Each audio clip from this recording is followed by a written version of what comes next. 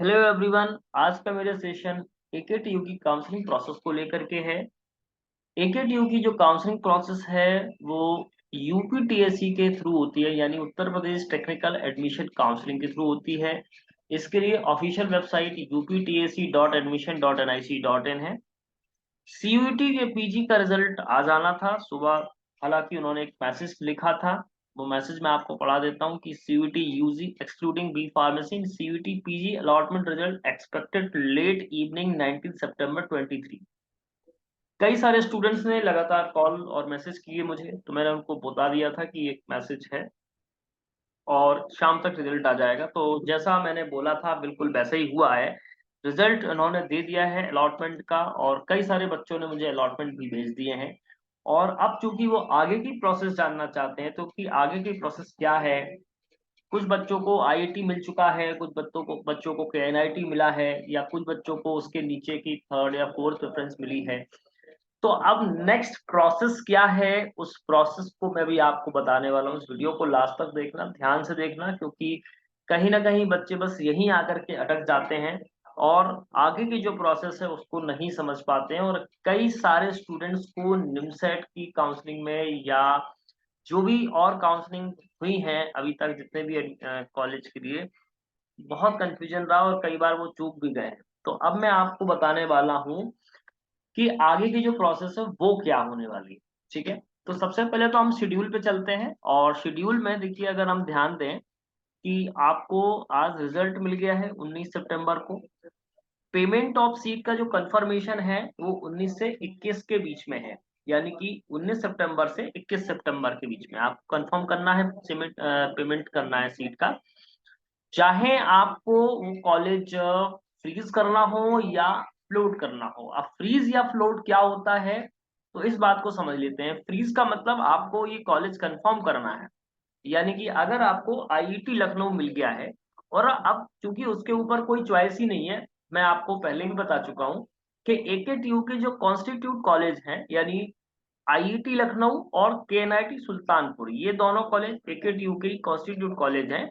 That means कि ये government college हैं और इनकी पढ़ाई या बाकी सारी चीजें बाकी जितने भी प्राइवेट कॉलेज हैं उन सभी से बेहतर है, या गवर्नमेंट कॉलेज से भी बेहतर है, क्योंकि इनके प्लेसमेंट भी ठीक ठाक है। तो अगर ये कॉलेज आपको मिल गए हैं और आप जाना चाहते हो तो आपको फ्रीज ऑप्शन क्लिक करना है। अदरवाइज आपको नेक्स्ट राउंड में जाने के लिए फ्लोट ऑप्शन को चूज करना है। लेकिन कई सारे स्टूडेंट्स का एक कंफ्यूजन है कि अगर मुझे फ्लोट करना है या मुझे अपग्रेड करना है तो मुझे फीस क्यों जमा करनी, क्योंकि मैं तो कॉलेज नहीं ले रहा हूँ, मैं तो कॉलेज अपग्रेड कर रहा हूँ। पर भाई आपको अगले किसी भी राउंड में पार्टिसिपेट करने के लिए पेमेंट तो करना ही पड़ेगा, सीट को कंफर्म तो लॉक तो करना ही पड़ेगा, ताकि आप अपग्रेड कर पाए। क्योंकि अपग्रेड का सीधा कॉन्सेप्ट ये होता है कि अगर आपको हायर प्रेफरेंस मिलती है तो आपको अगला कॉलेज मिलेगा, नहीं तो जो आपने सीट ली है उसको आप रिटेन करके रखेंगे तब तक जब तक कि कोई नया अलॉटमेंट नहीं मिल जाती। तो अब बात करेंगे, देखिए एक बच्चे का अलॉटमेंट में भी आपको दिखाऊंगा और उसके थ्रू ही मैं भी आपको ये भी बताऊंगा कि नेक्स्ट जो प्रोसेस है वो आपको क्या करनी है। ठीक है, चलिए सबसे पहले तो मैंने आपको शेड्यूल बता दिया है। अब चूंकि ये तो फर्स्ट राउंड का है, सेम है सेकंड राउंड और थर्ड राउंड का।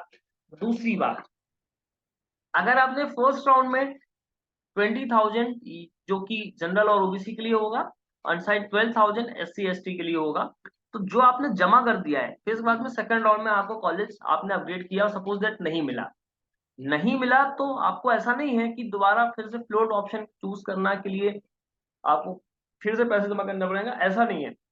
पेमेंट ऑफ सीट आपको कंफर्मेशन करने के लिए एक ही बार देना है। देन जब आप फ्रीज करेंगे तो आपको बची हुई जो कॉलेज की रिमेनिंग फीस होती है वो जमा करनी होती है।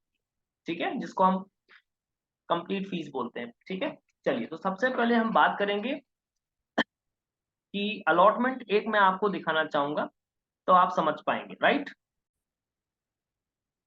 देखिए ये एक बच्चा है, इस बच्चे का अलॉटमेंट मैं अभी आपको दिखाना चाहूंगा। ठीक है, जहां पर आपको सीयूटी पीजी का रोल नंबर दिया गया है, राउंड नंबर दिया गया है 1, कॉलेज का जो चॉइस प्रेफरेंस नंबर है वो 1 दिया गया है, देखिए, और institute of engineering and technology Lucknow ये दिया गया है। थोड़ा आप समझने की कोशिश करना, ये प्रोसेस आपको दी गई है। अब यहाँ पर जिसको चॉइस नंबर 1 मिल गई है उसके पास में तो कोई ऑप्शन ही नहीं है कि वो अपग्रेड का ऑप्शन, फ्लोट का ऑप्शन चूज करे, क्योंकि चॉइस नंबर 1 मिली है। तो चॉइस नंबर 1 एक तरीके से ऑटो फ्रीज होती है, याद रखना आप। आपको फ्रीज कर मतलब आपको फ्लोट का ऑप्शन करने का कोई मतलब भी नहीं है, ठीक है। 674 रैंक दी गई है, ओपन कैटेगरी है, होम स्टेट है, एमसीए स्ट्रीम है, ठीक है। तो ये तो आपका अलॉटमेंट डिटेल है। अब बात आती है कि प्रोसेस क्या है। तो प्रोसेस देखिए, आपको सीट अलॉटमेंट रिजल्ट यहां से देखने को मिल रहा है, या आपने सीट अलॉटमेंट रिजल्ट देख लिया है। अगली जो प्रोसेस है उसमें क्या करना है, पे सीट एक्सेप्टेंस फी। आपको सीट एक्सेप्टेंस फी पे करनी है, यानी कि 20,000 आपको जमा करने हैं। आपको 20 के यहां पर जमा करने हैं। जैसे ही आप इस प्रोसेस को कंप्लीट कर जाएंगे, फिर आपसे पूछा जाएगा सबमिट विलिंगनेस। सबमिट विलिंगनेस में दो ऑप्शंस आएंगे, एक आएगा फ्रीज का ऑप्शन और एक आएगा फ्लोट का ऑप्शन। तो अब चूंकि आपको मिला है institute of engineering and technology, अगर आपको मिल गया है और चॉइस नंबर आपकी 1 है, तो आपको फ्रीज करना पड़ेगा और आपके पास में कोई ऑप्शन नहीं होगा। लेकिन अगर मान के चलिए यही आपके पास में choice number 2, choice number 3, choice number 4 ये मिले हैं, तो और आप इनको नहीं लेना चाहते, तो आपको फ्लोट ऑप्शन चूज करना पड़ेगा। बस सिंपल सा कंसेप्ट है, कोई बहुत बड़ी प्रोसेस नहीं है, बहुत ही सिंपल प्रोसेस है। आपको सीट अलॉटमेंट रिजल्ट देखना है यहाँ से, ठीक है।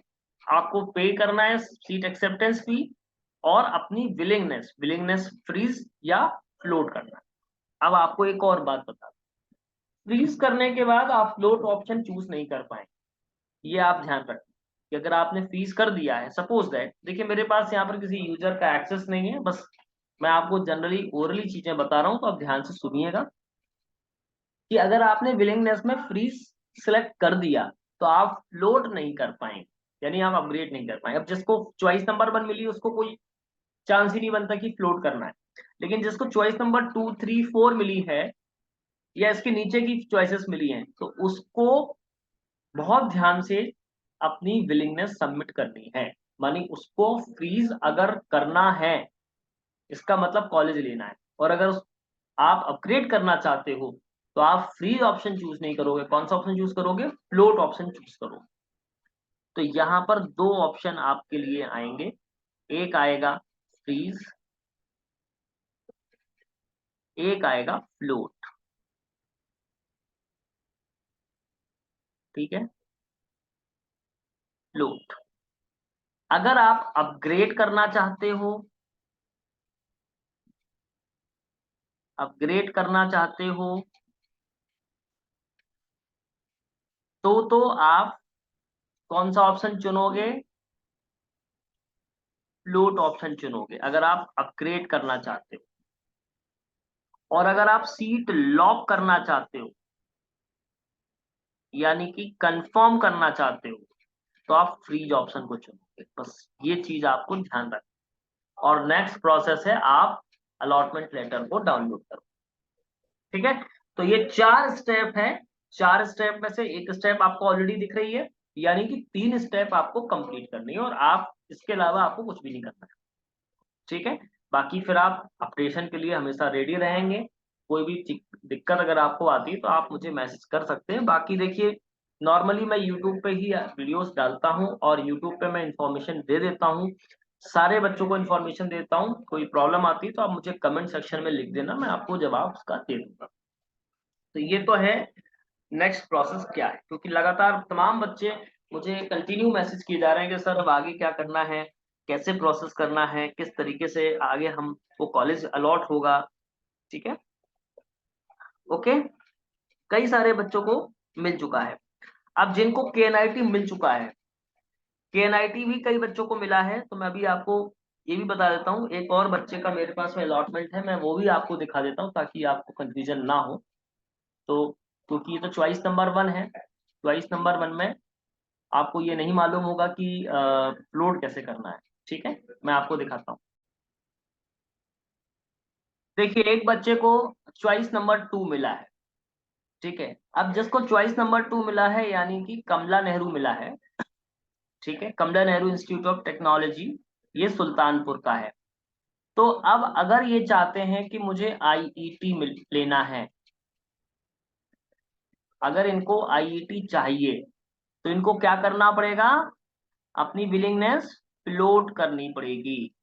क्या करनी पड़ेगी, फ्लोट।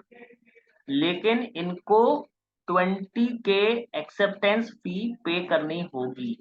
ये जो फी है ये आपको जमा करनी ही होगी, ये मैंडेटरी हर बच्चे के लिए, ठीक है। अगर आपने 20 के फी जमा कर दी और आप फ्लोट करना चाह रहे हो तो आप फ्लोट ऑप्शन को अपनी सबमिट करेंगे ब्लिंकनेस में, और आईटी पर ऑटोमेटिकली वो फ्लोट हो जाएगा।